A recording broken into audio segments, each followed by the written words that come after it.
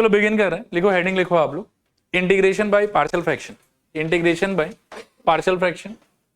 और आप इसको एक तरीके से MT9 का नाम दे सकते हैं। MT8 तक हो गया था शायद पहले कवर, ये MT9 रहेगा आपके लिए, integration by partial fraction MT9।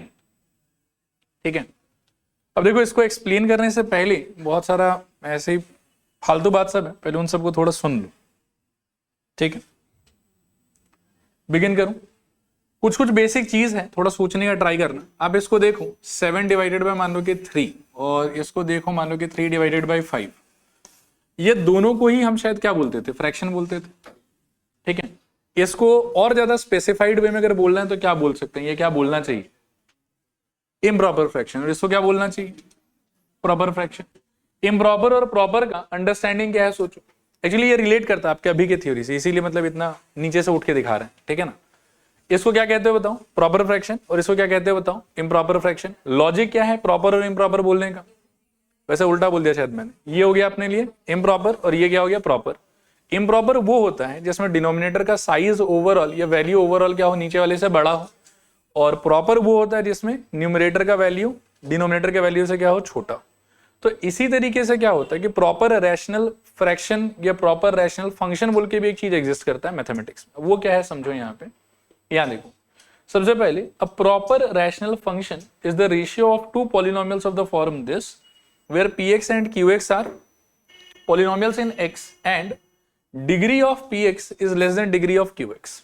मतलब जैसे ये अपने आप में एक फ्रैक्शन था ना ये वाला, कि ऊपर एक नंबर है नीचे एक नंबर है, वैसे सपोज करो कि नंबर के जगह पर आपके पास में अगर ऊपर एक पॉलिनोमियल आ जाए नीचे एक पॉलिनोमियल आ जाए, तो उसमें भी क्या है कि दो सीन आपको मिल सकता है देखने को।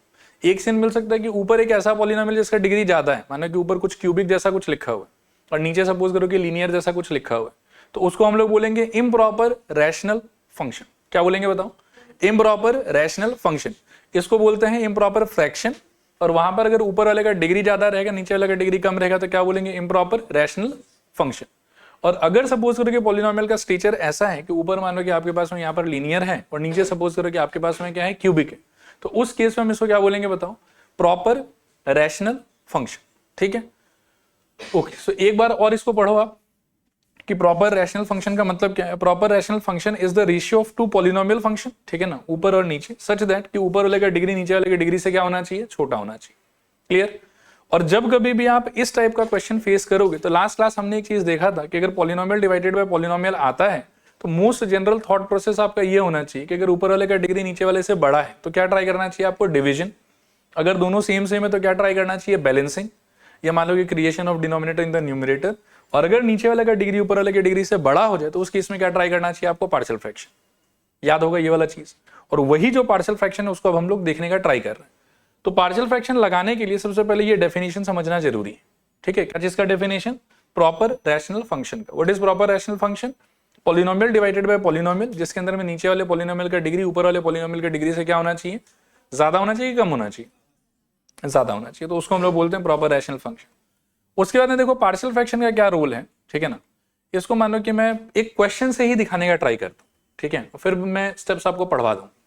अब सबसे पहले इस क्वेश्चन को देखो अच्छे से और देख के मेरे को ये बताओ कि पॉलिनोमियल डिवाइडेड बाय पॉलिनोमियल है कि नहीं है। फर्स्ट ऑफ ऑल मेरे ख्याल में है पॉलिनोमियल डिवाइडेड बाय पॉलिनोमियल। उसमें भी जो नीचे वाला पॉलिनोमियल है उसका डिग्री आप क्या एक्सपेक्ट करते हो, क्या होगा यहाँ पे, 1 होगा कि 2 होगा, 2 होगा। बिकॉज इंडिविजुअली फैक्टर्स को देख के फायदा नहीं है, आपको देखना चाहिए कि भाई ओवरऑल प्रोडक्ट करने के बाद में जो एक्सप्रेशन निकलेगा नीचे उसका डिग्री कितना आएगा। ठीक है ना, तो इसमें डिग्री कितना आएगा आपके पास में, 2 आएगा। तो अगेन क्लियरली सी कि नीचे वाले का डिग्री ऊपर वाले की डिग्री से क्या है, ज्यादा। दैट मीन्स कि this is a situation of proper rational function. और इस टाइप के सिचुएशन को सॉल्व करने के लिए, इंटीग्रेट करने के लिए हम क्या कर सकते हैं, पार्शियल फ्रैक्शन यूज कर सकते हैं। पार्शियल फ्रैक्शन अप्लाई कैसे होता है, उसमें फिर से अंदर घुसने से पहले मैं एक और चीज आपको रिमाइंड कराना चाहूंगा कि आपको मेरे से इसका इंटीग्रेशन सीखना है कि मेरे से आपको इसका ट्रांसफॉर्मेशन सीखना है। ट्रांसफॉर्मेशन सीखना, वही चीज तो सीख रहे हैं अभी तक। तो इसका क्या है कि ट्रांसफॉर्मेशन करने का एक पर्टिकुलर तरीका है सोचने का, और उसी तरीके का नाम बेसिकली पार्शियल फ्रैक्शन हम लोग बोल देते हैं। ठीक है ना, अब वो क्या तरीका है देखो यहाँ पे कि स्टेप नंबर 1 में आपको ये चीज जस्टिफाई या जज करना पड़ेगा कि क्या ये सच में प्रॉपर रैशनल फंक्शन है कि नहीं। अगर है तो उस केस में आपको नेक्स्ट मेक श्योर करना है कि नीचे वाला जो भी एक्सप्रेशन है आपका वो जितना हद तक हो सके उतना हद तक वो फैक्टराइज्ड रहना चाहिए। यहां पर मेरे को लगता है कि फैक्टराइज भी अच्छे से, ठीक है ना। अगर ये मान लो कि ऐसा रहता कि प्रोडक्ट के फॉर्म में ना लिखा हुआ रहता और ऐसा कुछ लिखा हुआ रहता, तो हम इसको पहले फैक्टराइज करने का ट्राई करते, लाइक -x और -2 ऐसा अगर लिखा हुआ रहता तो पहले हम क्या करते, इसको फैक्टराइज करते।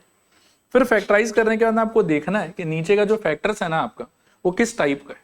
तो यहां पर मेरे को ऐसा लगता है कि दोनों का दोनों कैसा फैक्टर है आपके लिए, लीनियर फैक्टर है।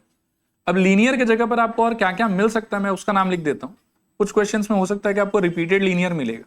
लीनियर का मतलब होता है कुछ भी इस टाइप का, है ना, x+1 या x-2 या x-3 या 2x+5, इस टाइप का कोई भी फैक्टर अगर नीचे क्रिएटेड है आपके पास में, तो इसको हम एड्रेस करेंगे ये बोल के कि ये अपने आप में एक लीनियर फैक्टर हो।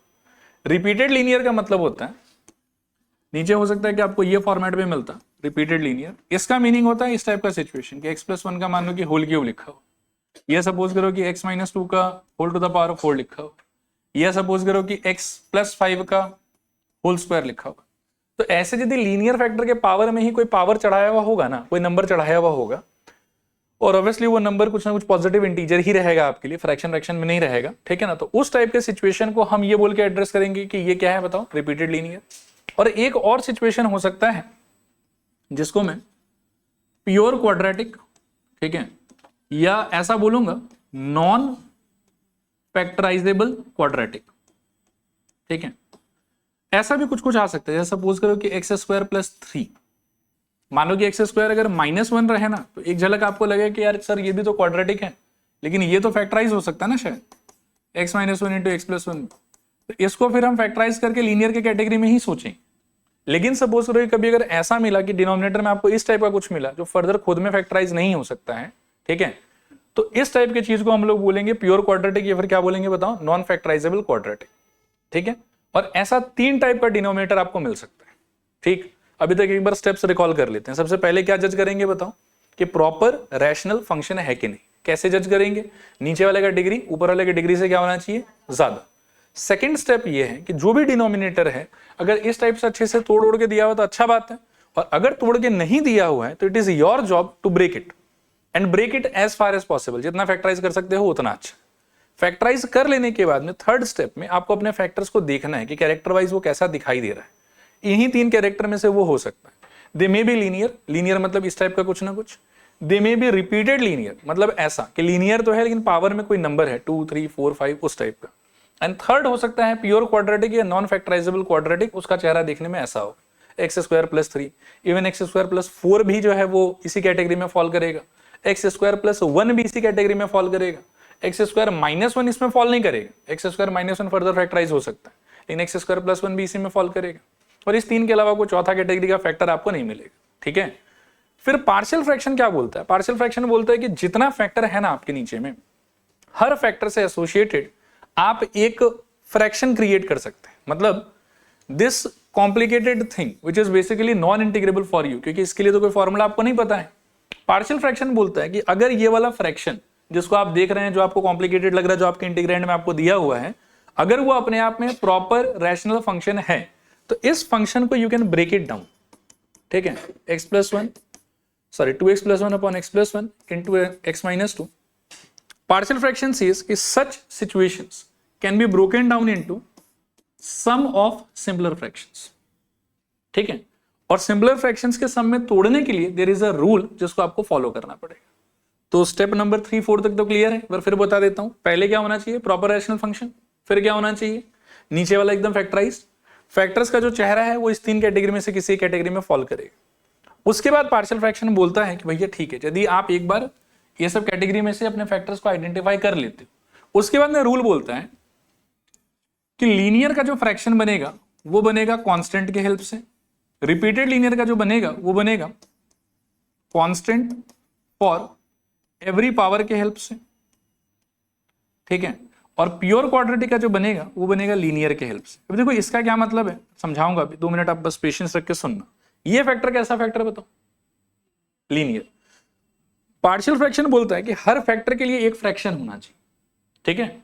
और फैक्टर के लिए फ्रैक्शन क्रिएट करते समय आपको ये वाले आइडिया को फॉलो करना है कि लीनियर के लिए क्या यूज करना है, कांस्टेंट। रिपीटेड लीनियर के लिए क्या यूज करना है, कांस्टेंट फॉर एवरी पावर। और प्योर क्वाड्रेटिक के लिए क्या यूज करना है आपको, लीनियर। अब जब आप इसका फ्रैक्शन क्रिएट करोगे तो x+1 के लिए फ्रैक्शन आएगा, देखो ऐसा, कि नीचे x प्लस 1 रहेगा और ऊपर जो है वो रहेगा e, कोई भी कांस्टेंट। ये भी अपने आप में लीनियर फैक्टर है। तो इसके लिए भी जब आप फ्रैक्शन बनाओगे तो क्या होगा बताओ, x माइनस 2 और ऊपर इस बार a नहीं रहेगा, कोई नया लेटर हम यूज कर लेंगे b। अच्छा, ऐसा ही क्यों होता है, उसके पीछे का लॉजिक ये देखो कि ये अपने आप में अगर प्रॉपर रैशनल फंक्शन है तो जिन फ्रैक्शंस के सम में आप इसको तोड़ रहे हो individually they should also be proper rational function. तो ये अगर लीनियर था तो यहां पर x का हाईएस्ट पावर कितना हो गया 1, ऊपर वाले का डिग्री उससे भी क्या होना चाहिए, कम होना चाहिए। तो ऊपर में x का पावर कितना आप एक्सेप्ट कर सकते हो, 0। इसीलिए लीनियर के टाइम पर ऊपर क्या लेना पड़ेगा आपको, कांस्टेंट। ठीक है, एंड ये जो ब्रेकिंग हम करते हैं ना, इस ब्रेकिंग को बोला जाता है क्या, पार्शियल फ्रैक्शन। क्लियर। और भी कुछ क्वेश्चंस दिखाता हूं। सपोज करो कि ऐसा क्वेश्चन होता तो पार्शियल फ्रैक्शन के हिसाब से आप इसको कैसे ब्रेक डाउन कर सकते थे बताओ। अभी पार्शियल फ्रैक्शन का आइडिया खत्म नहीं हुआ, हाँ, ये मतलब मैं पार्ट पार्ट में आपको बता रहा हूं। x plus 2 into x minus 3, इसमें जितना फैक्टर्स है वो कैसा फैक्टर्स है बताओ, सब लीनियर है।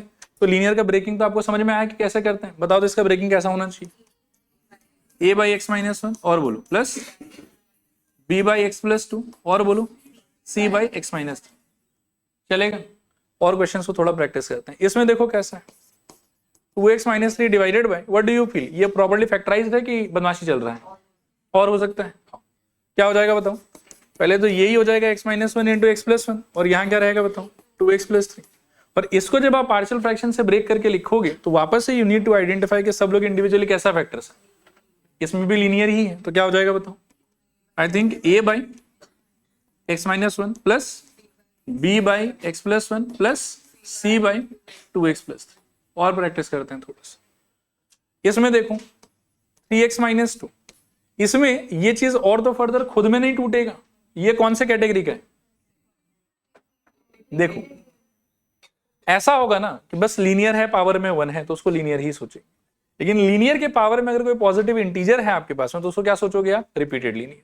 तो अभी जो इस क्वेश्चन में आप देख रहे हो ये क्या देख रहे हो बताओ, रिपीटेड लीनियर। और रिपीटेड लीनियर के लिए लॉजिक ये है कि कांस्टेंट फॉर एवरी पावर। अब इसका क्या मतलब है मैं करके दिखाता हूं। x प्लस 3 तो सिंगल लीनियर है, इसका तो कोई इशू नहीं है। इसके लिए क्या आएगा पहले आप वही लिख लो, a डिवाइडेड बाय क्या रहेगा बोलो, x प्लस 3। इसके लिए मैटर ओवर। इसके लिए since it is repeated linear तो इसके लिए क्या होगा, इसके लिए 2 फ्रैक्शन बनाना पड़ेगा आपको। पहला x प्लस 1 का और दूसरा वाला होगा x प्लस 1 के होल स्क्वायर। रिपीटेड लीनियर को टैकल करने का तरीका ये वाला, ठीक है ना, कि जो भी उसका हाईएस्ट पावर है आप पावर 1 से स्टार्ट करो उस फैक्टर को, 1 लो, 2 लो, 3 लो, 4 लो, जहां तक इसका पावर है वहां तक आपको लेते जाना। मान लो कि अगर क्यूब होता तो मैं एक फ्रैक्शन और लेता x प्लस 1 का होल क्यूब लेता नीचे। अगर ये पावर 4 होता तो x प्लस 1 का होल स्क्वायर, x प्लस 1 का होल क्यूब और x प्लस 1 का होल पावर 4। 4 मेरे को फ्रैक्शन क्रिएट करना पड़ता और हर फ्रैक्शन के न्यूमरेटर में अलग अलग कांस्टेंट ले लेता, यहाँ b यहाँ c, और होता तो उसके लिए d e f उस टाइप से चलता रहता। यह है तरीका रिपीटेड लीनियर से डील करने का। ठीक है, ओनली लीनियर से सिंपल एक कांस्टेंट चाहिए आपको, रिपीटेड लीनियर में कांस्टेंट फॉर एवरी पावर। ठीक है ना, कि अगर होल स्क्वायर है तो पावर 1 से आप स्टार्ट करें, पावर 1 वाले के लिए एक कांस्टेंट, पावर 2 वाले के लिए कांस्टेंट, पावर 3 वाले के लिए कांस्टेंट, और जो भी आपका हाईएस्ट पावर है उस लीनियर फैक्टर का यहाँ पे उसके हाईएस्ट पावर तक आपको लास्ट तक एक एक फ्रैक्शन क्रिएट करते जाना है। क्लियर मेरे ख्याल में। थोड़ा और प्रैक्टिस करते हैं। आप इसको देखो, इसमें और फैक्टराइजेशन होना बाकी कि फैक्टराइजेशन तो एटमोस्ट मतलब किया हुआ है, मैक्सिमम लेवल तक किया हुआ है। अब आपको ये देखने में कैसा दिख रहा है बताओ, 2x plus 3 by 2 minus x and x square plus 3। अब आप सोचो कि फैक्टर के कैटेगरीज के हिसाब से ये दोनों कौन कौन से कैटेगरी में फॉल कर रहा है। ये लीनियर में है और ये किस में है, प्योर क्वाड्रेटिक बोलो या नॉन फैक्टराइजेबल क्वाड्रेटिक कह सकते हो आप। ठीक है ना, तो लीनियर के लिए क्या रूल था कि नीचे रहेगा लीनियर और ऊपर क्या रहेगा ए कांस्टेंट, और प्योर क्वाड्रेटिक या नॉन फैक्टराइजेबल क्वाड्रेटिक के लिए क्या रूल था कि ऊपर ले सकते हो लीनियर। और इसमें भी लॉजिक एकदम क्लियर है, लीनियर क्यों ले सकते हो, इसका खुद का हाईएस्ट पावर ऑफ एक्स कितना है 2, और इससे एसोसिएटेड अगर आप एक फ्रैक्शन क्रिएट करना चाहते हो जिसको आप चाहते हो कि प्रॉपर रैशनल फंक्शन रहे तो उसमें एक्स का हाईएस्ट पावर आप कितना तक ले सकते हो, 1 तक ले सकते हो। इसीलिए इसके ऊपर जो भी आप एज्यूम करोगे ना वो लीनियर एक्सप्रेशन होना चाहिए। और एज्यूम करने का तरीका ये होगा, देखो कि डिनोमिनेटर में तो ये खुद रहेगा एक्स स्क्वायर प्लस 3 और न्यूमरेटर में आपके पास में रहेगा इस टाइप से linear expression b x plus c. देखो आया समझ के नहीं आया समझ, ठीक है। अभी कोई क्वेश्चन, ठीक है चलो अभी एक बार इतना ही करेंगे हम लोग, अब मैं एक बार फिर से बताता हूं आपको, आप ध्यान से सुनो। सबसे पहले आप क्या करोगे, कैसे आइडेंटिफाई करोगे कि पार्शियल फ्रैक्शन ही लगना है वहां। First of all you will identify कि the given integrand is proper rational function. Repeat करो मेरे साथ, क्या आइडेंटिफाई करोगे, प्रॉपर रैशनल फंक्शन। कैसे आइडेंटिफाई करोगे, डिनोमिनेटर का डिग्री न्यूमरेटर के डिग्री से क्या होना चाहिए, ज्यादा होना चाहिए। क्लियर मेरे ख्याल में। नेक्स्ट स्टेप आपका क्या आएगा कि अगर ऐसा है तो डिनोमिनेटर को मैक्सिमम लेवल तक करो सिंप्लीफाई, और सिंप्लीफाई के नाम पर क्या करोगे, फैक्टराइज। अभी तक जितना क्वेश्चन अपन ने फेस किया सब में फैक्टराइज ऑलरेडी करके दिया हुआ है, बट हमेशा लक आपका इतना अच्छा नहीं भी रह सकता है। आपको कोशिश करना चाहिए कि अगर फैक्टराइज नहीं किया हुआ तो आप क्या करेंगे, फैक्टराइज। फैक्टराइज करने के बाद में जो आपके डिनोमिनेटर का फैक्टर है वो कितने कैटेगरी का हो सकता है, बोलो जोर से और कॉन्फिडेंटली बोलो। 3। क्या क्या, लीनियर, रिपीटेड लीनियर और नॉन फैक्टराइजेबल क्वाड्रेटिक बोलो तो ज्यादा बेटर है, ये प्योर क्वाड्रेटिक भी चलेगा। फिर से बोलो, पहला लीनियर, दूसरा, तीसरा। ये आप समझो कि पार्शियल फ्रैक्शन अप्लाई करने के सारा कंडीशंस है बस। फिर पार्शियल फ्रैक्शन ये बोलता है कि ऐसा कॉम्प्लिकेटेड सा फ्रैक्शन को आप चाहो तो सिंपल फ्रैक्शन के सम में ब्रेक कर सकते हो। खुद अगर ये प्रॉपर रैशनल फंक्शन था तो जितने फ्रैक्शन के सम में ये टूटेगा वो सारा का सारा भी प्रॉपर रैशनल फंक्शन होना चाहिए। दिस इज पार्शियल फ्रैक्शन, ठीक है। और फ्रैक्शंस जिनके सम में आप इनको तोड़ रहे हैं उसको चूज करने का लॉजिक ये है कि हर लीनियर फैक्टर जो ओरिजिनल इंटीग्रैंड में है उसके बदले एक फ्रैक्शन आएगा जिसके डिनोमिनेटर में रहेगा वो लीनियर फैक्टर और न्यूमरेटर में रहेगा एक कांस्टेंट। हर रिपीटेड लीनियर फैक्टर के लिए होगा कि कांस्टेंट फॉर एवरी पावर का सिचुएशन, और हर प्योर क्वाड्रेटिक या नॉन फैक्टराइजेबल क्वाड्रेटिक के लिए क्या होगा, ऊपर में लीनियर और नीचे में वो वाला फैक्टर। और जितना फैक्टर आपके पास नीचे होगा उतना आपका फ्रैक्शन क्रिएट होगा, ठीक है। क्लियर मेरे ख्याल में यहां तक। इसके बाद में क्या करना होता है, देखो कि कोई तिगड़मबाजी लगा के ना आपको अब जो ये कांस्टेंट वगैरह आपने चूज किया है ए बी सी ये सब, इन सब का वैल्यू ढूंढना होता है। अभी वैल्यू ढूंढने का तरीका क्या है, ध्यान से सुनना, मैं वो भी दिखाता हूं आपको। जैसे यहां पर आपने क्या चूज किया था बताऊं, 2x + 1 divided by it was x + 1 into x - 2, this is equals to, it was what, a divided by x + 1 and plus b divided by x - 2, ठीक है। ये चूज किया था आपने। इसके बाद में आप यहां से करेंगे क्रॉस मल्टीप्लाई, तो 2x + 1, एक बार मैं लिख के दिखाता हूं, अगले क्वेश्चन से इस स्टेप को नहीं लिखेंगे, ठीक है ना। ये ऐसा हो जाएगा कि a/x + 1 into x + 1 into x - 2 and plus b/x - 2 into x + 1 into x - 2। ये समझ में आता है क्या? जो इसका पूरा डिनोमिनेटर है उसको क्रॉस मल्टीप्लाई करने का ऐसा होगा, यू विल सी कि x + 1 का ये फैक्टर कट गया यहां से और x - 2 का ये फैक्टर कट गया यहां से। इसके बाद क्या मिला आपको, 2x + 1 is equals to a into x - 2 plus क्या बताऊं, b into x + 1। चलेगा यहां तक। ये वाला जो स्टेटमेंट है, इस स्टेटमेंट को हम कहते हैं आइडेंटिटी। क्या कहते हैं बताओ, आइडेंटिटी। क्यों कहते हैं, इन सब बातों में पढ़ के कोई फायदा नहीं है, बस आप समझिए कि क्रॉस मल्टीप्लाई करने के बाद ये जो मिलेगा आपको, इसको क्या बोला जाएगा बताओ, आइडेंटिटी। इसके बाद में क्या है, देखो आइडेंटिटी अगर ये है तो आइडेंटिटी का एक प्रॉपर्टी होता है कि जो भी ये आइडेंटिटी वाला स्टेटमेंट होता है ना, उसमें वेरिएबल का आप जो वैल्यू चाहो वो वैल्यू डाल सकते हो। And for every value of x that you put here, LHS will always be equal to RHS, ठीक है। फर्स्ट ऑफ ऑल तो समझो कि क्रॉस मल्टीप्लाई करना है, क्रॉस मल्टीप्लाई करके सिंप्लीफाई करने के अंदर whatever statement comes out mathematically it will always be identity, no exception, हमेशा आइडेंटिटी ही होगा। और आइडेंटिटी का प्रॉपर्टी ये है कि आइडेंटिटी वाले स्टेटमेंट में आप वेरिएबल के जगह पर जो मर्जी हो वो नंबर पुट कर सकते हो। For every value of x that you put in the statement, LHS will always be equal to RHS, ठीक है। अब लेकिन हमको तो ऐसा है नहीं कि LHS equals to RHS, LHS equals to RHS खेलना है। हमारा तो एक ऑब्जेक्टिव है, एक टारगेट है। क्या टारगेट है बताओ? नहीं, यहां फिलहाल तो हमको ए बी ये सब ढूंढना है, जो भी कॉन्स्टेंट्स हमने शुरू में एज्यूम कर रखा होगा उनका वैल्यू मेरे को ढूंढना है, ठीक है। तो वैसे तो आप कोई भी नंबर डाल सकते हो, कोई इशू नहीं है, लेकिन एडवाइजरी ये रहता है कि आप नंबर डालने से पहले ये जो इनिशियल स्टेटमेंट था इसको देखिएगा ध्यान से, और देख के यहां पर सोचिए कि ए के नीचे क्या है, बी के नीचे क्या है। ए के नीचे जो है वो एक्स के कौन से वैल्यू के लिए 0 होगा, -1 के लिए, और बी के नीचे जो है वो कौन से वैल्यू के लिए 0 होगा, 2 के लिए। तो फिर ये चीज एडवाइज्ड है कि आप इसमें जानबूझ के एक बार -1 डालो और एक बार जानबूझ के 2 डालो। अगर कभी ऐसा हो कि वो चीज नहीं सोच पा रहे हो कि क्या डालने से नीचे वाला चीज 0 हो जाएगा, तो उस केस में जो मर्जी डाल दो। उस केस में सिंपल सिंपल नंबर डाल दो, 0 डाल दो, 1 डाल दो, -1 डाल दो, उस टाइप से। लेकिन अगर आइडेंटिफाई हो रहा है ना कि ए के नीचे वाला कहाँ 0 बनेगा, बी के नीचे वाला कहाँ 0 बनेगा, तो वही पॉइंट्स जहां जहां वो लोग 0 बनेगा वही पॉइंट्स आपको आइडेंटिटी में डालना चाहिए। और आइडेंटिटी में वैसे आप डाल कुछ भी सकते हो, क्लियर मेरे ख्याल में। तो आप मेरे को सजेस्ट करो कि यहां पर पहले मैं क्या डाल के ट्राई करूं। बिगिन करूंगा मैं -1 से, सपोज करूं तो मैं ऐसे बोलूंगा, एक बार कुछ लिखना मत, मैं पहले अच्छे से समझाना चाहता हूं। हाँ, एट x इक्वल्स टू -1 क्या होगा बताओ, 2 times -1 + 1 is equals to I think a into -1 -2 और plus b into we can all see कि क्या हो जाएगा 0। तो ये डालने से b तो पूरा ही वैनिश हो गया, गायब। अब यहां से आपको क्या मिलेगा सोचो, 2 इंटू -1 मिलेगा -2, -2 + 1 का आंसर कितना होगा -1, तो यहां बचेगा -1 और वहां क्या बचेगा बताओ, a इंटू -3। तो a का आंसर टेक्निकली कितना हो जाएगा, -1/-3, माइनस माइनस कट के कितना आ गया 1/3। देखो क्लियर है कि नहीं क्लियर, आया समझ, चलेगा। नेक्स्ट और कौन सा वैल्यू आप ट्राई कर सकते हो यहाँ इस सिचुएशन, -1 डाल के आपने देखा कि खूब फायदा हुआ आपको। अब अगला वैल्यू जो आपको ट्राई करना चाहिए वो सजेस्टेड है कि इसके नीचे वाले को 0 बनाने का सोचो, तो x इक्वल्स टू 2 और ये उठा के फिर से अपने आइडेंटिटी में डालो तो क्या हो जाएगा बताओ, 2 into 2 + 1 equals to a into, इस बार a वाला पार्ट 0 हो जाएगा, ठीक है, और प्लस b इंटू क्या आएगा बताओ, 2 + 1 मेरे ख्याल में सॉल्व करने पे ये कितना दे देगा बताओ 5 और वो कितना दे देगा बताओ b इंटू 3। अब यहां से b का वैल्यू कितना आ जाएगा 5/3। जैसे ही आपके पास में a और b आ गया ना, अब आपका काम ऑलमोस्ट खत्म। ये जो मैंने एज्यूम किया था इसको मैं मान लेता हूं एक बार के लिए इक्वेशन 1, ठीक है। अब आप थोड़ा सोचो कि शुरू में आप फेस तो कर रहे थे ये वाला इंटीग्रेशन, लेकिन इसका इंटीग्रैंड का चेहरा इतना सड़ा हुआ था कि आपको कोई फॉर्मूला याद ही नहीं आ रहा था। पार्शियल फ्रैक्शन की मदद से आपने क्या करा कि इसको तोड़ा 2 सिंपल फ्रैक्शन में, और अब आपके पास में a का और b का वैल्यू भी अवेलेबल है।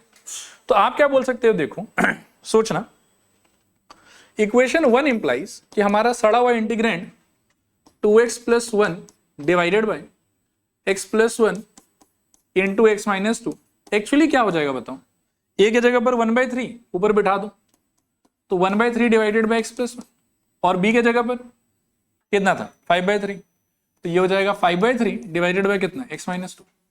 अब जो हमको काम दिया गया था इसको इंटीग्रेट करने का, हम इसको ना इंटीग्रेट करके हम ट्राई करेंगे हम इसको इंटीग्रेट कर, क्योंकि दोनों तो बराबर ही हैं, ठीक है। हम बोलेंगे therefore required integration is equals to integration of 1/3 by x + 1 dx plus integration of 5/3 by x - 2 dx। ऊपर वाला कांस्टेंट है बाहर भेज दो, इंटीग्रेशन ऑफ 1/x + 1 dx और 5/3 यहां भी कांस्टेंट है बाहर 1/x - 2 dx। फर्दर आगे जाने पे देखो 1/3 ये किसका फील दे रहा है आप, 1/x का फीलिंग दे रहा है, और वी लव लीनियर का लॉजिक लगा सकते हैं। हालांकि x के कोएफिशिएंट में 1 है तो कोई फर्क तो उससे पड़ेगा नहीं, तो आपका आंसर क्या हो जाएगा बताओ, log mod I think x + 1 और प्लस यहां पर कितना रहेगा बताओ 5/3, आगे बोलो log mod x - 2 प्लस, ये आपका आंसर, ठीक है। और इसमें पार्शियल फ्रैक्शन कहां है, तो पार्शियल फ्रैक्शन सिर्फ इस वाले स्टेप में और कहीं नहीं। पार्शियल फ्रैक्शन के आइडिया से ही हम ये वाला ब्रेकिंग जो है वो एज्यूम कर सकते हैं। रेस्ट ऑल सब समझो कि बस पार्शियल फ्रैक्शन को अप्लाई कर पाने के लिए सिचुएशंस या कंडीशंस है कि वैलिड होना चाहिए तो ये अप्लाई हो सकता है, नहीं तो ये अप्लाई नहीं हो सकता, ठीक है। मैं एक बार सिंस अभी क्वेश्चन पूरा कंप्लीट हो गया तो एक बार पूरे को रिपीट करता हूं। हाँ, अब ध्यान से सोचना, स्टेप नंबर 1 क्या होगा बताओ एक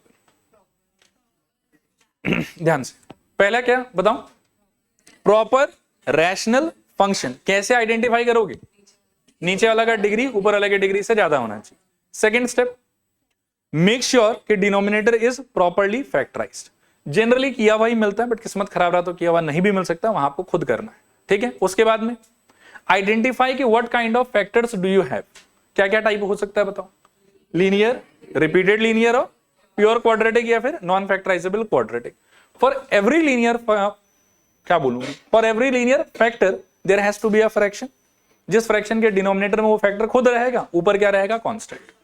for every repeated linear factor क्या होगा, डिनोमिनेटर में all the powers of repeated linear, like x + 1 का अगर क्यूब है तो you are suppose to start from x + 1, x + 1 का स्क्वायर एंड x + 1 का होल क्यूब, और सबके ऊपर में कांस्टेंट कांस्टेंट कांस्टेंट सब अलग अलग कांस्टेंट होना चाहिए। और अगर प्योर क्वाड्रेटिक यानी कि नॉन फैक्टराइजेबल क्वाड्रेटिक है तब क्या होगा, डिनोमिनेटर में वो फैक्टर और न्यूमरेटर में इसके बदले लीनियर एक्सप्रेशन, और लीनियर एक्सप्रेशन का मतलब ax प्लस बी टाइप का, और सारा कांस्टेंट आपको कैसा लेना है, अलग अलग लेना है। क्लियर मेरे ख्याल में। उसके बाद में आपको ऐसा कुछ मिल जाएगा, ठीक है, अलग अलग इसके सिचुएशन में ये अलग अलग बनेगा ऑब्वियसली। ये मिलने के बाद में आपको करना है इस डिनोमिनेटर को क्रॉस मल्टीप्लाई। क्रॉस मल्टीप्लाई करने के अंदर जो भी मैथमेटिकल मिलेगा ये, इसको क्या बोलोगे आप, आइडेंटिटी। आइडेंटिटी क्यों कह रहे हैं, क्योंकि इस वाले स्टेटमेंट में हम अपने मर्जी से वेरिएबल का जो मन करेगा वो वैल्यू डाल सकते हैं, ठीक है, लेकिन ऐसे पागलों की तरह कुछ भी नहीं डालते रहेंगे। लॉजिक ये है कि ए के नीचे वाला फैक्टर या बी के नीचे वाला फैक्टर जहां जहां जीरो बन रहा होगा वही वैल्यूज आप डालो, एंड यू विल सी कि आपका ए का बी का फटाफट फटाफट वैल्यू आ जाएगा। कभी कभी ऐसा भी होगा कि it will be difficult to identify कि भाई इसके नीचे वाला कहां जीरो हो रहा है। मान लो कि अगर एक्स स्क्वायर प्लस 1 होता तो फिर तो कहीं जीरो होता ही नहीं। अगर ये डिनोमिनेटर वाला फैक्टर एक्स स्क्वायर प्लस 1 होता तो उस टाइम पर तो कहीं जीरो नहीं होता। तो उस टाइम पर छोटा छोटा सिंपल सिंपल वैल्यू एक्स का खुद ही चूज कर लो।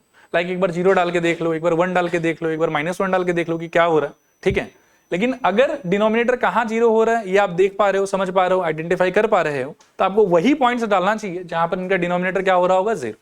फिर वो सारा का सारा पॉइंट्स आप इसमें डालो, थोड़ा थोड़ा सॉल्व करते करते आपको ए का, बी का, सी का सबका वैल्यू मिल जाएगा। Once you get your values, तो उसके बाद में नाउ यू नो कि जो ये कॉम्प्लिकेटेड इंटीग्रेंड था ये सिंपल सिंपल फ्रैक्शन में टूट गया। And instead of trying to integrate that complicated thing, आपको ट्राई करना चाहिए इंटीग्रेट करने का इन। अब इनको ट्राई करो एंड यू विल सी कि बहुत ही सिंपल सिंपल कुछ ना कुछ इंटीग्रेशन आता है और आपका आंसर आ जाए। देखो क्लियर है कि नहीं क्लियर, क्लियर मेरे ख्याल में। अब जितना भी मैंने आपको समझाया है उसको आप देखो कि मैं स्लाइड्स में प्रिपेयर करके लाया हूं, एक बार फिर से पढ़ लेते हैं ना। देखो यहाँ पर ये क्या है, किसका डेफिनेशन है बताओ, प्रॉपर रैशनल फंक्शन का। एक ही मेन काम है कि degree of numerator should be less than degree of denominator. उसके बाद में क्या होता है इस चीज को पढ़िए।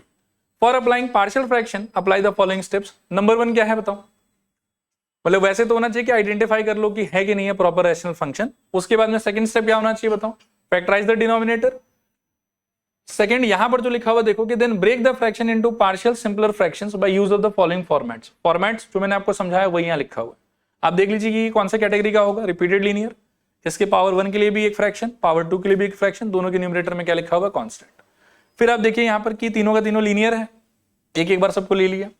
इसमें भी रिपीटेड लीनियर है, साथ में एक लीनियर भी है, तो रिपीटेड लीनियर का दोनों लिया है, पावर 1 और पावर 2, और सिंपल लीनियर का एक बार लिया है। इसमें एक प्योर क्वाड्रेटिक या नॉन फैक्टराइजेबल क्वाड्रेटिक है, तो उसके ऊपर क्या लिया हुआ है देखो, लीनियर। क्लियर मेरे ख्याल में, यहां पर एक कॉमा अच्छा दिया हुआ है, ठीक है मेरे ख्याल में। और जो मैंने बोला था कि constant for linear, constant for every power of repeated linear and linear for non factorisable quadratic factor, ये वाला लॉजिक भी यहां पर लिखा हो, ठीक है। और उसके आगे ना find the values of A B C by putting point method. Putting point method वही है कि आइडेंटिटी में आप जो मर्जी एक्स का वैल्यू डाल सकते हो, डालो, ए बी सी निकल जाएगा। And now integrate the simple fractions to get the answer. देखो क्लियर है कि नहीं क्लियर, रिपीट करूं कि हो जाएगा, हो जाएगा। तो इसको नहीं लिखवाता हूं, आप बस ऊपर लिख देना हेडिंग, एम्प्टी कितना रहेगा ये 9, बढ़िया। अब इसको कॉपी कर लो, आप ऐसे लिखो by partial fraction, by partial fraction, ये वाला लाइन लिख सकते हैं, इसके पहले लिखना चाहिए by partial fraction, by partial fraction ये वाला, और उसके आगे एज इट इज कॉपी करते जाओ फटाफट, छोड़ सकते लो, देखो इसको देखो फटाफट। चलो तो ये वाला डन। इसको देखो आधा काम तो कर ही लिया था, लिखो by P F partial fraction, ये आ जाएगा एक बार के लिए क्वेश्चन नंबर 1। अच्छा क्रॉस मल्टीप्लाई करके अब काट के दिखा नहीं रहा हूं, सीधा लिखूंगा क्या रिजल्ट रहना चाहिए। It will be 2x - 1 equals to a into x - 1 हट जाएगा, x + 2 इंटू x - 3 बचेगा, प्लस b इंटू x + 2 हट जाएगा, x - 1 और x - 3 बचेगा, और finally c into I think x - 3 हट जाएगा, and it will B x - 1 into x + 2, ठीक है। और ये जो स्टेटमेंट आया हमारा, ये मैथमेटिकली क्या रहेगा, आइडेंटिटी। तो आप जो मर्जी x का वैल्यू डाल सकते हो, लेकिन अच्छा वैल्यूज कौन कौन होगा सोचो, जहां पे ये 0 होगा, इसका डिनोमिनेटर 0 होगा और इसका भी डिनोमिनेटर 0 होगा। यू कैन क्लियरली सी कि 1 -2 और 3 ही डालना चाहिए आपको। तो एट x = 1, तो यहां पर होगा मेरे ख्याल में 2 times of 1 - 1, that is equals to a into I think 1 + 2 और इंटू मेरे ख्याल में 1 - 3, प्लस यहाँ पर भी 0 और यहाँ पर भी 0। सो यहाँ से 2 - 1 का वैल्यू 1 और a इंटू आई थिंक यहाँ से 3 और यहाँ से -2, तो ऑल टुगेदर ये लिख ही देता हूँ एक बार, 3 into -2, so 1 equals to a into I think -6, so a equals to -1/6। ये आ गया हमारा। b के लिए आप x को डालिए -2, -2 डालने से मेरे ख्याल में 2 into -2 -1 equals to I think a into 0 हो जाएगा। सेकेंड वाला जिंदा रहेगा इस बार, b इंटू -2 -1 एंड -2 -3 और प्लस c वाला पार्ट जो है वो 0 हो जाएगा। अब यहां से -4 -1 I think -5, this is equals to, ये 0 स्वाहा वो 0 स्वाहा, ये -3 और ये वाला -5, सो b इंटू -3 इंटू -5, अब एक 5 भी आप काट ही सकते हो यहां से, so b equals to I think -1/3, क्योंकि माइनस माइनस यहाँ वाला प्लस हो जाएगा। ठीक है यहां तक। अब इसके बाद देखो, at x equals to c के लिए आपको जानबूझ के 3 डालना चाहिए। अब आप यहां देख सकते हैं कि 3 डालेंगे तो क्या होगा, 2 into 3 -1 is equals to first part 0, second part तो पक्का 0, थर्ड पार्ट में कुछ बचेगा इस बार, तो 3 -1 और 3 + 2, 3 -1 इंटू 3 + 2, so 6 -1 I think 5 is equals to c times of 2 times of 5, 5 5 gone, c equals to आ गया आपके हाफ। ठीक है, एक बार मिला लो इनको, मिला लो पहले फटाफट। अच्छा, एबीसी आने के बाद में अब एक चीज देखो, पिछले बार तो फर्स्ट टाइम दिखा रहा था तो ये सब लिख लिख के दिखाया था, बाकी ये वाला स्टेप भी मेरे ख्याल में बोगस है, हम इग्नोर कर सकते हैं। हमको जब पता ही चल गया कि सीधा ये वाला आ रहा है तो इंडिविजुअली आप हर पार्ट को आप इंटीग्रेट करते जाइए। ठीक है, तो लिखिए इसके आगे, नाउ रिक्वायर्ड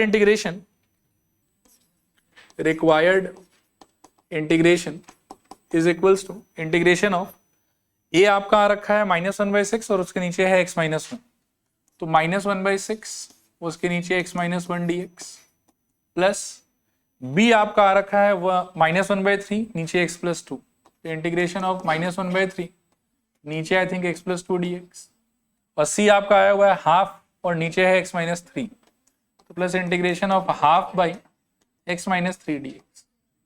फर्दर -1/6 बाहर, अच्छा एक ही स्टेप में इंटीग्रेशन भी कर दूं, क्या हो जाएगा बोलो, log mod x -1, very good. Second वाले में -1/3 log mod x + 2 और लास्ट वाले में प्लस हाफ log mod क्या x -3 प्लस c, ये आपका आंसर है। ठीक है, ठीक है, देखो अगले वाले पे चल रहे हैं, इसको देखो, इसमें भी लिखो बाय pf पार्शियल फ्रैक्शन, ये हो जाएगा, इसको मार्क कर लो इक्वेशन नंबर 1, या ठीक है चलो कर लो। दिस इम्प्लाइज क्रॉस मल्टीप्लाई करोगे तो 2x - 3 equals to x minus will get cancelled और a के साथ बचेगा आपके लिए x + 1 इंटू 2x + 3, b के साथ बचेगा मेरे ख्याल में x -1 इंटू 2x + 3 और c के साथ बचेगा मेरे ख्याल में x -1 इंटू x + 1। जहां तक नंबर्स का बात है तो 1 -1 और इसके लिए क्या होगा सोचो, लास्ट वाले के लिए -3/2। यदि नहीं समझ में आया ना कभी कि क्या नंबर होना चाहिए तो आप बस डिनोमिनेटर को प्यार से खुद ही कहीं साइड में 0 रख दो। ये कहाँ 0 का वही तो ढूंढ रहे हो, तो सॉल्व करने पे x equals to automatically you can see कि -3/2 आ जाएगा, तो आपको पता चल जाएगा। आगे देखो, अगले स्टेप में I will start with putting x equals to 1, तो मेरे को मिलेगा शायद यहाँ 1 डालने से 2 times 1 -3 is equals to a into 1 + 1 2 times 1 + 3 और बाकी दोनों पक्का 0। ठीक है, सॉल्व करने पे -1 इक्वल्स टू a इंटू शायद 2 इंटू यहाँ पर 5 तो 10, सो a इक्वल्स टू आ जाएगा आपके -1/10। इसी तरीके से b के लिए x इक्वल्स टू -1 डालना चाहिए आपको, डालने से 2 times of -1 -3 is equals to a वाला पार्ट 0 हो जाएगा पक्का, b वाले पार्ट में आई थिंक -1 -1 और 2 टाइम्स -1 + 3 और c वाला पार्ट भी 0 हो जाएगा। सो यहाँ से शायद -5 is equals to b into -2 and 1, ठीक है, तो minus minus gone, b equals to आएगा शायद 5/2, और c के लिए भी पता तो चली गया कि -3/2 डालना है, तो एट x इक्वल्स टू -3/2, इसमें डालोगे तो 2 इंटू -3/2 -3 इज इक्वल्स टू ए वाला पार्ट 0, बी वाला पार्ट 0, और सी वाले पार्ट में होगा 3/2 -1, सी इंटू 3/2 -1, और एक और फैक्टर होगा 2 इंटू 3/2 और +3 होना चाहिए, तो 2 गया यहाँ से, अल्टीमेटली बचेगा क्या, देखो यहाँ से भी 2 गया, -3 -6 is equals to c into 3/2 -1 मेरे ख्याल में हाफ होगा, और यहाँ से 3 + 3 मेरे ख्याल में 6 होगा, 6 सीधा ही स्वाहा, और 2 क्रॉस मल्टीप्लाई, तो c इक्वल्स टू शायद से -2 आ जाएगा, ठीक है, सोच लो एक बार, एक सेकंड रुको, सी वाला पार्ट में शायद मैंने गलत लिख दिया, मेरे को वापस करके दिखा देता, सी वाले में -2 तो नहीं आएगा, कुछ और ही आएगा, देखो डालने के बाद ना मेनली हम आइडेंटिटी में ही डालेंगे, राइट, थोड़ा और स्पेस ले लेता हूं यहाँ पे, देखो यहां डालोगे तो 2 इंटू -3/2 -3 इज इक्वल्स टू ए वाला पार्ट पक्का 0, बी वाला पार्ट पक्का 0, सी वाले पार्ट में यहां डालना है हम लोग, मैंने शायद गलती से यहां डाल दिया था, तो ये हो जाएगा मेरे ख्याल में 3/2 -1, और सेकेंड वाले में ये है वो मैंने इसमें डाल दिया था, अच्छा -3/2 है, क्या कर, एक सेकेंड, c इंटू -3/2 -1, और दूसरा वाला हो जाएगा -3/2 +, मैं डाल ही रहा था गलत जगह, अभी यहां से सॉल्व करने पे 2 गया शायद, -3 कितना हो जाएगा, -6 इज इक्वल्स टू, ये दोनों स्वाहा, यहां से c इंटू मेरे ख्याल में -5/2, और यहां से -1/2, नहीं वो यहां डाल रहे हैं यार, ये तो LHS है ना, आप आइडेंटिटी में डाल रहे हो, तो LHS में तो वहीं डालोगे ना, ठीक है मेरे ख्याल में अभी, नहीं वो माइनस सब्ट्रैक्शन है, इंटू नहीं, बीच में माइनस है ना यहाँ पे, सब्ट्रैक्शन, ठीक है, अच्छा बढ़ रहे हैं आगे, फिर देखो एक बार, ये 4 हो जाएगा, क्रॉस मल्टीप्लाई करके 24 और 5 नीचे, तो -24/5 इक्वल्स टू सी, और इसका माइनस माइनस वहीं प्लस हो जाएगा, मतलब ऐसे रहना,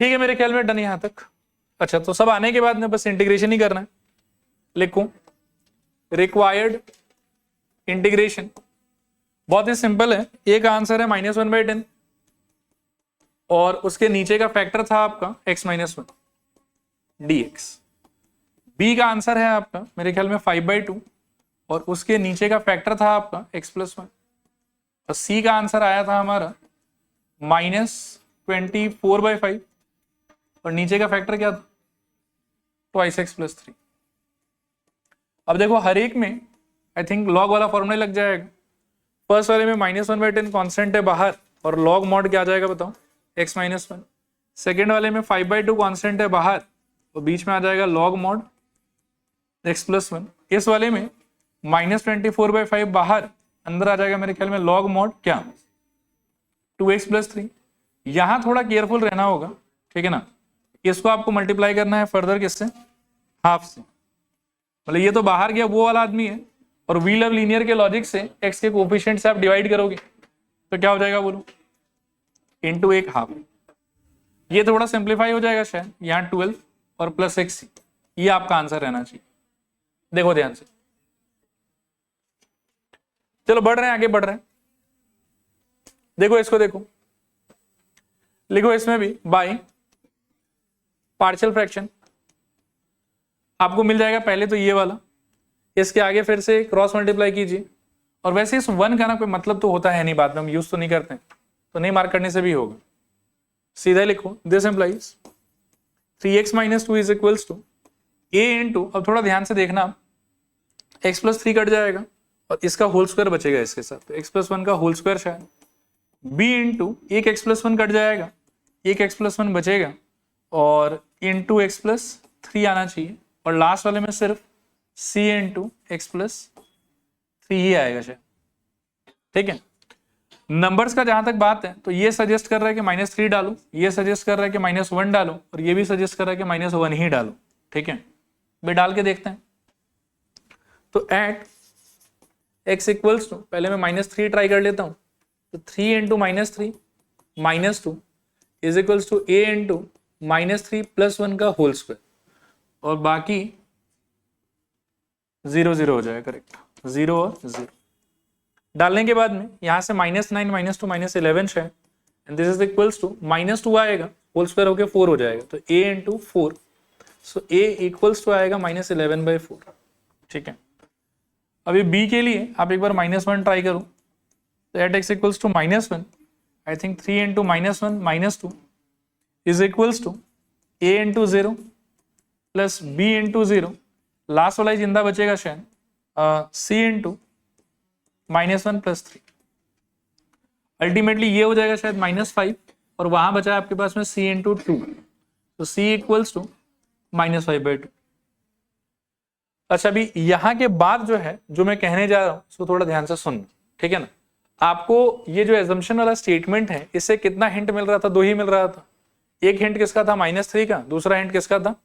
-1 का, और ये भी तो -1 ही सजेस्ट कर रहा है। डाल लिया, देख लिया, लेकिन हमारे पास में तो ए बी सी तीनों निकल के नहीं आया। अभी तक क्या क्या आया आपके पास में? ए आ गया है प्रॉपर्ली, और क्या आ गया है? बी आ गया। अभी सी का क्या करोगे? तो अभी सी के लिए लॉजिक ये है कि सिंस इट इज आइडेंटिटी, ठीक है, and we can put any number that we like. आया बात समझ? साथ ही साथ now we have value of a with us and we have value of c with us. ठीक है ना, तो बी निकालने के लिए आप क्या कर सकते हो कि इस वाले स्टेटमेंट में आप कोई भी मतलब एक्स का वैल्यू डाल दो, सस्ता वाला डालना, जिससे कैलकुलेशन इजी हो। तो 0 ट्राई कर सकते हो आप। ठीक है ना, तो लिखो, और यहां शायद इसका जरूरत पड़ेगा तो इसको 1 मार्क कर लिखो। नाउ 1 इंप्लाइज, पहले तो आप स्टेटमेंट को रीराइट करो, ए और बी का वैल्यू सॉरी ए और सी का वैल्यू लगा के, तो क्या हो जाएगा बताओ? 3x - 2 इज इक्वल्स टू, ये आपका आया है -11/4 इनटू जो भी फैक्टर्स वहां बचा हुआ था, x + 1 का होल स्क्वायर, प्लस b तो अभी तक मिला नहीं है आपको, into x + 1 into x + 3, c आपको मिल गया है -5/2, तो यहां डाल दो, और साथ में रहेगा मेरे ख्याल में x + 3 ओनली। ठीक है, ये मैंने क्या किया कि जो मेरा आइडेंटिटी वाला स्टेटमेंट था ना, उसमें a और c का वैल्यू भी बिठा के इसको एक फ्रेम कर लिया, and still it is identity, right. तो मेरे x का जो भी मेरे को अच्छा सा सिंपल सा वैल्यू मिलेगा वो डाल सकता हूं इसके अंदर में। तो मेरे ख्याल में सबसे सस्ता वाला तो क्या होगा? 0 ही डाल के ट्राई कर लो। नाउ एट x = 0, सोचो क्या हो जाएगा? ये तो स्वाहा, मेरे ख्याल में -2 इज इक्वल्स टू, यहां पर भी ये स्वाहा मल्टीप्लाई करके 1 ही बचेगा, so basically it will B -11/4। यहां पर 0 डालने से ये 1 हो जाएगा, ये 3 हो जाएगा, तो इट विल बी 3b, और यहां 0 डालने से ये 3 हो जाएगा, तो बेसिकली इट विल बी -15/2। ऐसा कुछ मिल जाएगा आप, और इसको सॉल्व करने से आपको b मिल जाएगा। ठीक है, तो अभी b निकालने के लिए सबको इधर भेज दो। दिस इंप्लाइज, ये इधर आके पॉजिटिव, तो 11/4 -2, वो भी इधर आके पॉजिटिव, तो +15/2 is equals to 3 times of b। LCM खेलो यहाँ पे, 4 11 -8 और प्लस मेरे ख्याल में 30 is equals to 3b। This implies क्या होगा सोचो? ये दोनों मिला के 41 - 8 कितना हो जाएगा? 33। So 33 divided by 4 is equals to 3b। 3 और 33 गॉन, 11। सो b इक्वल्स टू आपको मिल गया 11 डिवाइडेड बाई 4। ठीक है, अब फाइनली आपका सर्च खत्म होता है, एबीसी तीनों मिल गया आपको। अब आप जो है वो इंटीग्रेशन पे अटैक कर सकते हैं। ठीक है, अब यहां देखिएगा, नाउ रिक्वायर्ड इंटीग्रेशन क्या होगा सोचो? मेरे ख्याल में क्या, ए आपका कितना है पहले वो देखो, -11/4 और नीचे है x + 3, तो इंटीग्रेशन ऑफ -11/4 और नीचे it will B x + 3 dx। ठीक है, सेकंड में b आया है 11/4 और नीचे है आपके पास में x + 1, तो प्लस इंटीग्रेशन 11/4 बाई में x प्लस 1 dx। और आपके पास में c आया है मेरे ख्याल में -5/2 और नीचे है x प्लस 1 का होल स्क्वायर, तो plus integration -5/2 upon x plus 1 का होल स्क्वायर dx। बाकी फिर सारे कांस्टेंट को बाहर और जो जैसा इंटीग्रेट हो सकता है करते जाओ। तो -11/4 यहाँ पर सीधा log mod x plus 3 plus 11/4 और answer will be log mod I think x plus 1। Next वाले में -5/2 और ये ना 1/x स्क्वायर है, तो याद है 1/x स्क्वायर का आंसर क्या होता था -1/x, तो उस हिसाब से -1/x plus 1। Technically wheel of linear लगना चाहिए तीनों पे, लेकिन तीनों के ही x के कोफिशिएंट में 1 1 1 है, तो कोई चेंज आंसर में नहीं आएगा। सो प्लस c, अब ये माइनस माइनस प्लस प्लस हो जाएगा और यही आपका फाइनल आंसर। ठीक है, इस क्वेश्चन में एक नया चीज सीखा आपने कि हर बार क्या है कि जो आइडेंटिटी वाला स्टेटमेंट आपको सजेस्ट कर रहा है ना, बस वही नंबर्स डाल के पूरा आंसर नहीं भी आ सकता है, कभी कभार अपने मर्जी का भी 1-2 नंबर आपको डालना पड़ सकता है। चलेगा, कंप्लीट करो फटाफट फिर आगे बढ़ते हैं। ठीक है, अगला क्वेश्चन देखो। अच्छा, इस क्वेश्चन के लिए ना हम क्या करेंगे, इसको हम अभी 90% सॉल्व करके छोड़ देंगे। छोड़ क्यों देंगे मैं आपको बताता हूँ। 1 डिवाइडेड बाई, या नहीं छोड़ेंगे, हो जाएगा क्या ये?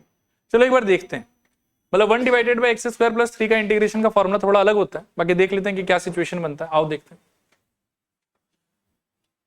लिखो बाई पार्शियल फ्रैक्शन, ये आ जाएगा आपके पास में, क्रॉस मल्टीप्लाई कर लो तो 2x plus 3 is equals to a into मेरे ख्याल में x² प्लस 3 बचेगा और plus bx plus c into मेरे ख्याल में 2 माइनस x बचेगा। चलेगा यहां तक? अब सब लोग ना पेन छोड़ दो, इस क्वेश्चन को बहुत ध्यान से सुनते जाने, इसमें बहुत कुछ नया सीखने को मिलेगा आपको। ठीक है, यहां तक सब कुछ। अभी लास्ट टाइम की तरह यदि आप इस वाले स्टेटमेंट से पूछते हैं कि क्या डालने से मजा आएगा, तो ये क्या बोलेगा आप? ये पहला वाला 2 बोलेगा, दूसरा वाला कुछ नहीं, कभी 0 हो ही नहीं पाएगा। आया बात समझ? इसको अगर आप मान लो कि सपने में 0 डाल भी देते हो तो आपका सपना टूट जाएगा, नींद खुल जाएगा। आप x² equals to -3, not possible. आया बात समझ? तो ये वाला जो डिनोमिनेटर है इसका, ये एक्चुअली कभी 0 हो ही नहीं सकता, किसी रियल वैल्यू पे तो नहीं होगा एटलीस्ट। ठीक है मेरे ख्याल में। तो इसमें क्या है कि हम इसके सहारे बस थोड़ा सा ही काम कर सकते हैं, बिगिन कर सकते हैं इस बात से कि एट x इक्वल्स टू 2 डाल दो। तो डालने पे यू विल सी कि 2 into 2 plus 3 this is equals to a into I think 4 plus 3 हो जाएगा, 2 का स्क्वायर 4, और ये हो जाएगा 2 माइनस 2 तो पूरा स्वाहा। ठीक है, यहाँ से 4 4 3 7 और 7 इक्वल्स टू a इंटू 7, मेरे ख्याल में 7 7 भी स्वाहा और a इक्वल्स टू यहाँ से कितना आ जाएगा 1। देखो ये समझ में आया कि नहीं है? लेकिन इसके अलावा देयर इज नो हिंट कि और आपको x का कौन सा वैल्यू डालना चाहिए जिससे आपको फायदा हो। ठीक है, तब इसके बाद में क्या है कि you have to be very intelligent या स्मार्ट टू ऑब्जर्व कि क्या डालने से आपको फायदा हो सकता है। ठीक है, तो कुछ सस्ता सस्ता नंबर अपने ही मन से सोच लो कि क्या डालने से अच्छा रह सकता है। एक 0 ट्राई कर सकते हैं हम लोग, और पहले हमारे पास में कुछ भी नहीं था, अब कम से कम a तो है। ठीक है ना, तो नेक्स्ट सही बात है, at x equals to 0 try करते। तो 0 डालने से क्या होगा, देखो आई थिंक ये वाला हो जाएगा 0 plus 3, this is equals to, ये तो पता है अब आपको, तो a की जगह भी 1 डाल दो और 0 प्लस 3 ही होगा ये वाला भी। फिर जब आप इसमें 0 डालोगे तो देखना ध्यान से, b इंटू 0 क्या हो जाएगा 0, क्या बचेगा आपके पास में ब्रैकेट के अंदर बेसिकली 0 प्लस c बचेगा, और यहां जब 0 डालोगे तो क्या बचेगा 2।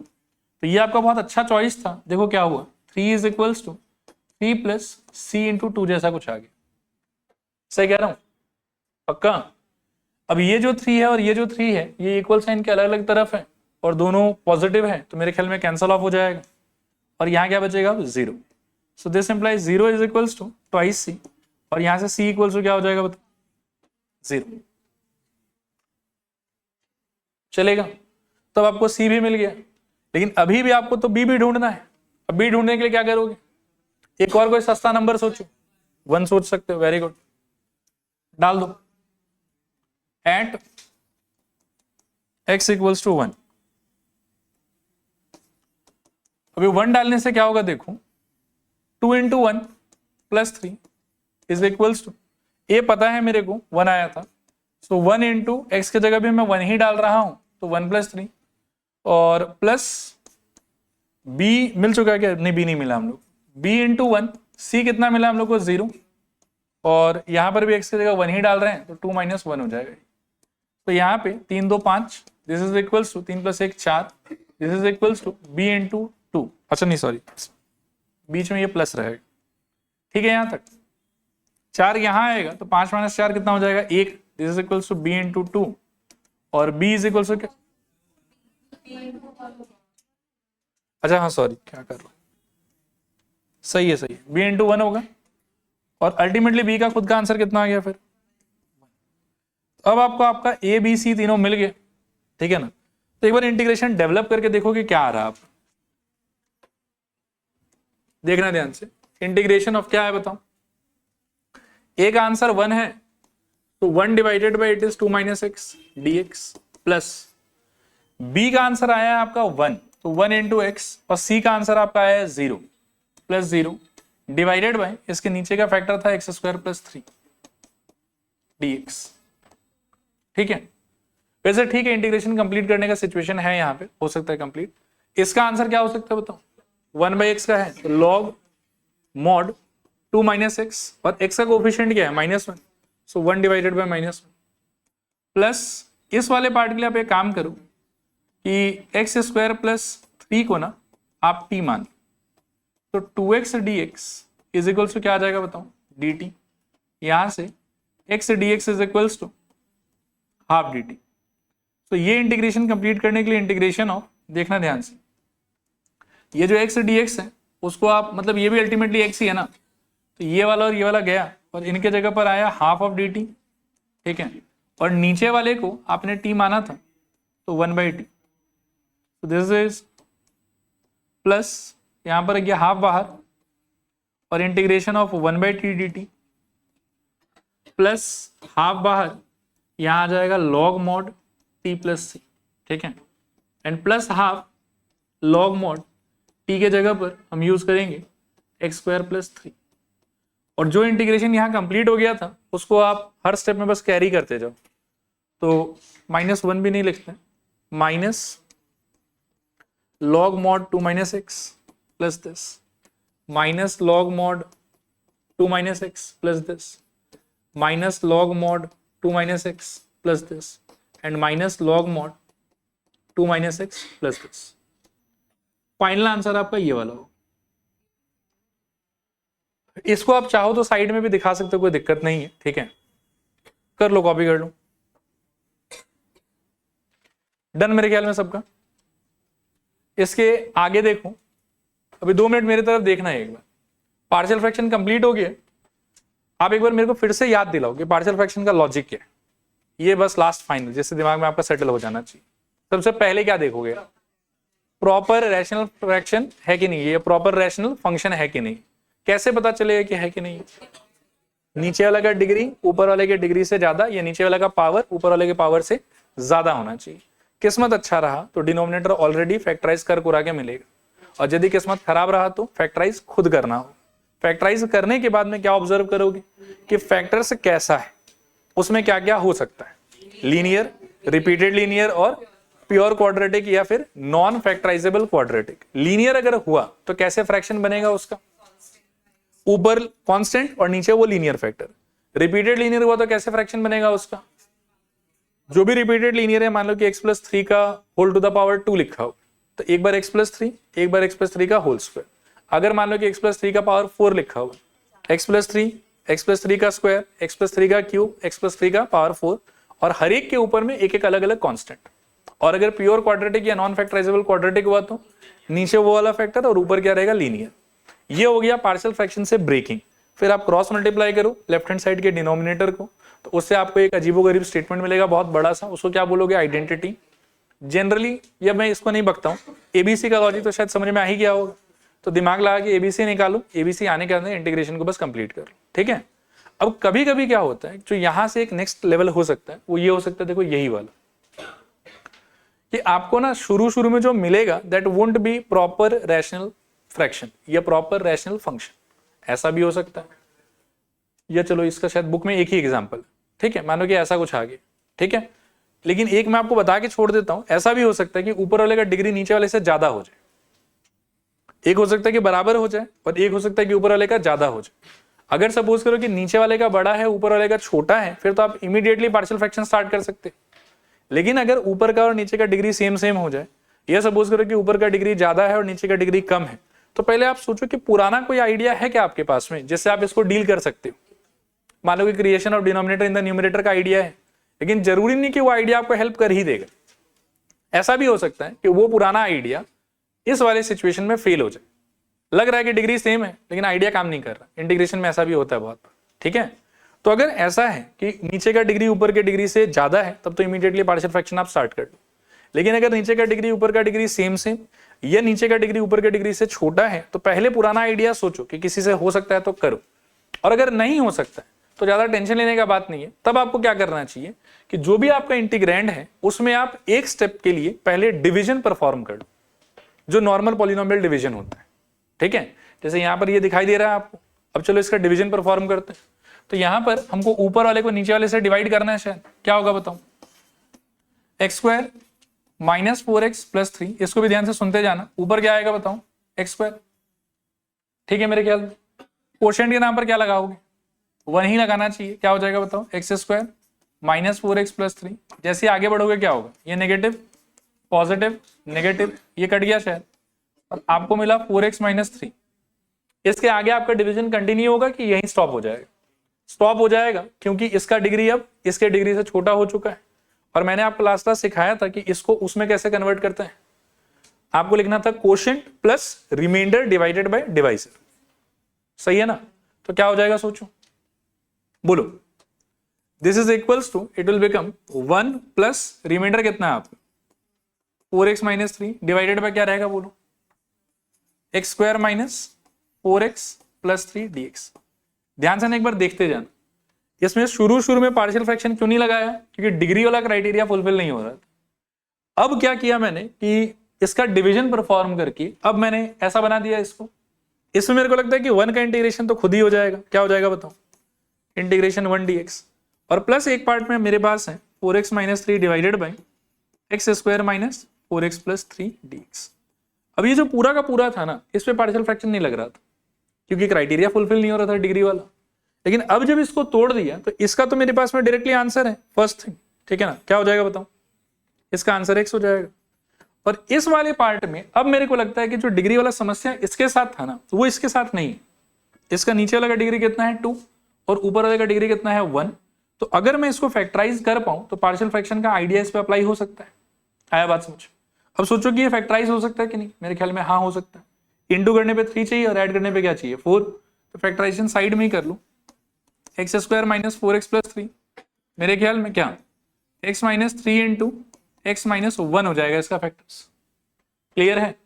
तो अगले स्टेप में हम क्या करेंगे कि इसको लिख देंगे ऐसे, integration of 4x minus 3 divided bye क्या x minus 3 into x minus 1 dx, ठीक है ना। और इसको 1 मार्क करके छोड़ दो। अब क्या है कि हम अलग से इस पूरे का इंटीग्रेशन पहले पार्शियल फ्रैक्शन की हेल्प से कंप्लीट करेंगे, और कंप्लीट करने के अंदर जो भी आंसर आया रहेगा उसको यहां पर चिपका देंगे, ठीक है। तो हम आगे लिखेंगे कि नाउ इंटीग्रेशन ऑफ, या इंटीग्रेशन भी छोड़ो, हमको तो पार्शियल फ्रैक्शन से ब्रेक ही करना है ना। क्राइटेरिया को लेके श्योर हो जाओ कि लगा सकते हैं ना इस पे वक्त। तो आगे लिखूं नाउ क्या बाय पार्शियल फ्रैक्शन हम कहेंगे मेरे ख्याल में 4x minus 3 4x minus 3 divided by कितना x माइनस 3 इंटू मेरे ख्याल में x minus 1 is equals to में क्या a divided by I think x minus 3 और plus b divided by x minus 1। Cross multiply कर लो, this implies 4x minus 3, so a into यहां पर x माइनस 1 और प्लस b इंटू यहां पर x माइनस 3। मेरे ख्याल में दोनों हिंट ही अच्छा है इस बार। तो एक बार आप लगाओ एट x इक्वल्स टू कितना 3, तो यहां होगा शायद 4 times of 3 minus 3 is equals to a into 3 minus 1 plus 0। So 12 minus 3 9, और यहाँ 2 बचेगा तो by 2 is equals to a। और एक बार आप x इक्वल्स टू डाल दो इसके अंदर में 1, तो आपको मिलेगा मेरे ख्याल में 4 times 1 minus 3 is equals to 0 plus b into I think minus 2। अब यहां से देखो कितना बचेगा 1, और वहां से -2 तो अपॉन में -2 इक्वल्स टू बी, ये आपका बी आ गया और ये आपका ए आ गया। ठीक है, अब लिखो नाउ इंटीग्रेशन ए का value 9/2 whole thing divided by x minus 3 dx plus integration b का वैल्यू -12 और नीचे रहेगा आपके पास में x माइनस dx। 9/2 कॉन्स्टेंट है बाहर, log mod x माइनस 3 और -12 कॉन्स्टेंट है बाहर, log mod I think x minus 1। ठीक है, क्लियर यहां तक। अब लिखो using this in equation 1, using this in equation 1 required integration is equals to, एक पार्ट x था plus 9/2 log mod x minus 3 और -12 log mod x माइनस 1 और प्लस यहां लगा देंगे x। ठीक है, तो इसके साथ में पार्शियल फ्रैक्शन का सारा आइडिया खत्म। मतलब मोटा मोटा पार्शियल फ्रैक्शन का इतना ही अलग अलग नाटक हो सकता है। ठीक है, एक नोट लिखो, मतलब उसका जरूरत आगे पड़ेगा हम लोग को। नोट लिखो, किसी की कॉपी में अगर ढंग से लिखा हुआ है ना तो चेक करो तो कि integration of f dash x by f x कौन सा एम्प्टी था, वो कौन सा नंबर एम्प्टी था देखो। हाँ 8 5। ठीक है, नोट में लिखो special understanding of MT5, special understanding of MT5, special understanding of MT5। ठीक है, 2-3 मिनट अच्छे से बोर्ड पे देखना। ये अंडरस्टैंडिंग अगर आपके पास अवेलेबल रहेगा ना तो आप सब्स्टिट्यूशन के भी थोड़ा बहुत मतलब कॉम्प्लिकेटेड सिचुएशन को 2 लाइन में सॉल्व कर सकते हैं। ठीक है, अब आप रिकॉल करो कि MT5 में मैंने पढ़ाया क्या था आपको। Integration of I think f dash x by f x is equals to, मैंने आपको समझाया था कि log mod x sorry f x होता है। ठीक है ना, प्लस c। एक आधा सिचुएशन अगर सोचें इसके बारे में कि कैसे ये अप्लाई होता है तो मैं शायद इसका एग्जांपल आपको ऐसे दे सकता हूं। Let's say 2x divided by x square plus 7 कुछ लिखा हुआ, तो यहां वी कैन क्लियरली सी कि नीचे वाले का जो भी डिफरेंशिएशन है वो ऊपर लिखा हुआ है, तो फटाक से इसका आंसर क्या हो जाएगा बताओ, log mod x square plus 7। कुछ करना नहीं है आपको, आप सीधा ये लिख सकते हैं। ठीक है ना, एक एग्जांपल और देता हूं, मान लो कि ऐसा कुछ है e power x divided by e power x plus. सोच के देखो, यहां पर भी जब डिनोमिनेटर का डिफरेंशिएशन आप करोगे तो एग्जैक्टली ऊपर वाला ही तो आएगा आपके पास में। तो डू यू फील कि हाँ this is resembling with this, तो उसके आइडिया से एक झटके में बिना कुछ सब्स्टिट्यूशन ये सब वो सब शो किए हम आंसर क्या क्लेम कर सकते हैं मेरे ख्याल में, log mod क्या e पावर x प्लस। ये समझ में आ रहा है। अभी क्या होता है कभी कभी कि एक कांस्टेंट का थोड़ा सा झमेला आता है, मतलब आइडिया ये वाला आपको ऐसा फील होगा कि लग रहा है, और ऐसा आपके साथ में बहुत क्वेश्चंस में ऑलरेडी हो चुका है। ठीक है, आपको लगेगा कि पूरा पूरा सेम सेम ही है। जैसे यहां देखो, मान लो कि इसी को मैं अगर ऐसे प्रेजेंट करूं आपके सामने, ठीक है, और अगर आपसे पूछूं कि क्या डिनोमिनेटर का डिफरेंशिएशन ऊपर है तो आपका आंसर होगा कभी हाँ कभी ना। सोच के देखो, डिनोमिनेटर का डिफरेंशिएशन क्या होना चाहिए था, यहां पे ऊपर क्या दिख रहा है आपको, तो दिख तो रहा है x, लेकिन श्योरली तो नहीं बोल सकते हो कि नीचे का डिफरेंशिएशन एग्जैक्टली ऊपर है। और क्या चीज का झमेला फेस कर रहे हो, वेरिएबल का कि कांस्टेंट का? कांस्टेंट का, ये बहुत इंपॉर्टेंट है। वेरिएबल का झमेले में तो नहीं कर सकते ये सब नौटंकी, लेकिन अगर सिर्फ कांस्टेंट का झमेला होना तो हमारे पास में एक रामबाण इलाज है इसका। देखो क्या नहीं है इसके पास, वो सोचो एक बार। 2 नहीं है ना, दे दो। लेकिन देखो ऐसा करोगे तो सवाल टेक्निकली चेंज हो जाएगा, तो आपको अपने किए हुए चीज को काउंटर बैलेंस करना हो। क्या करोगे बताओ, उस 2 के बदले यही अंदर एक बार हाफ दे दो। अब आप सोचो कि ये कौन सा फॉर्मेट है, हाफ इंटू फंक्शन हो गया, राइट, और हाफ तो कांस्टेंट है। एक रूल था हमारे पास में कि कांस्टेंट इंटू फंक्शन अगर रहेगा तो कांस्टेंट को कहां ले जा सकते हो, बाहर। तो इस हाफ को आप सोच लो बाहर, और इंटीग्रेशन ऑफ क्या हो जाएगा बताओ, 2x by x square plus 7। और अब मेरे को साफ साफ दिख रहा है कि हाँ यार, अब जो चाहिए था कि F dash x divided by f x का सिचुएशन वो तो अब हो रहा है। तो अब अगले स्टेप में क्या बोल सकते हो बताओ, कि हाफ इंटू क्या, log mod x square plus 7 plus, done. तो ऐसा भी बहुत सिचुएशन होता है कि जब आप देखेंगे कि नीचे का डिफरेंशिएशन ना पार्शियली ऊपर प्रेजेंट है एक, लेकिन नंबर मिसिंग है उसमें से, तो उस सिचुएशन में भी either you can go for pure substitution. जैसे मैं आपको यही एग्जांपल दिखाना चाहूंगा क्यों ये मेरे दिमाग में भी आया। आप इसको देखो कहां गया वो, इसको देखो आप, इतना लंबा लिखना पड़ा हमको, ठीक है ना। अब मैं इसी चीज का आपको एक मेथड 2 दिखाता हूं।